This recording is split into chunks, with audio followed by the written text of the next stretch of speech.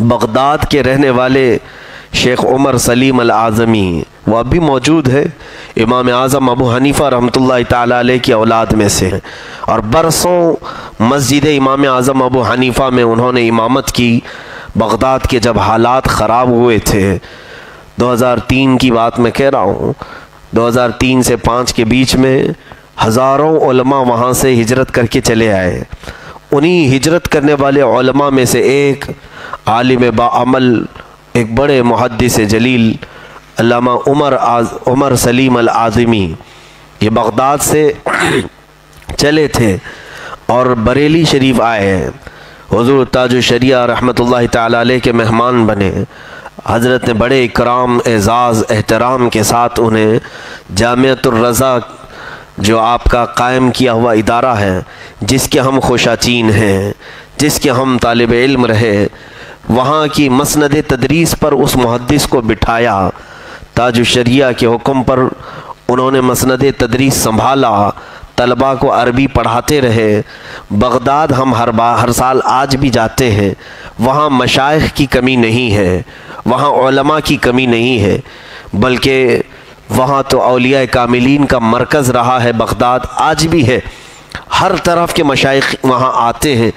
ان مشائخ کو دیکھا ہوا ایک ایسا بندہ جو خود بھی شیخ ہے بغداد کا، وہ عمر سلیم الاعظمی، ہم ان کے پاس رہے ہیں، وہ استاد رہے جامعۃ الرضا کے، ہمیں عربی پڑھانے کے لیے مقرر تھے۔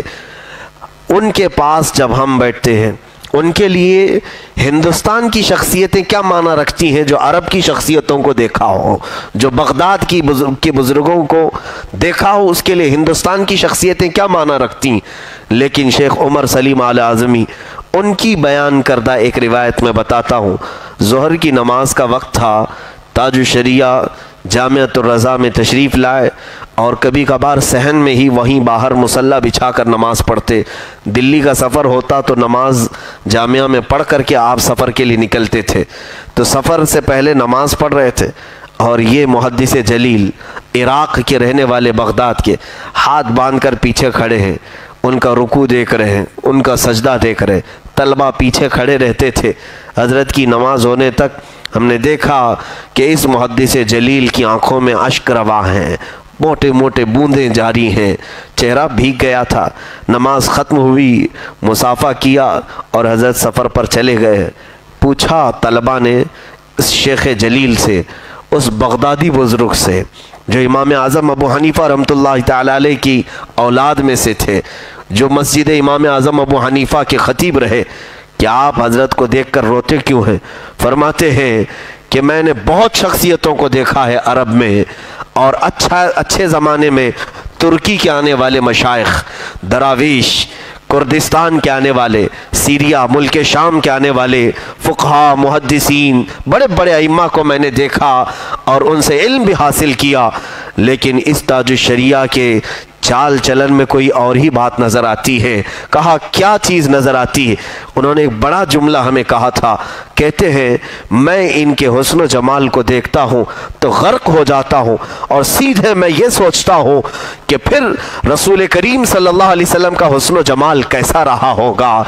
آج 14 صدیوں کے بعد ہم آنے والے ایک شیخ کو دیکھ کر پلکیں جھپکانا بھول جاتے ہیں، تو پھر صحابہ کا وہ عشق رسول حق تھا جو یہ کہتے تھے، کیا مہکتے ہیں مہکنے والے، بو پہ چلتے ہیں بھٹکنے والے۔ رسول کریم صلی اللہ تعالیٰ علیہ وسلم کا جو صحابہ کرام کے درمیان عشق تھا، محبت تھی، وہ حق بجانب تھا کہ اللہ کے حبیب صلی اللہ تعالیٰ علیہ وسلم کی ضیائیں کچھ تو بزرگوں نے پائی ہیں، وہی عکس جمیل جو بزرگوں کو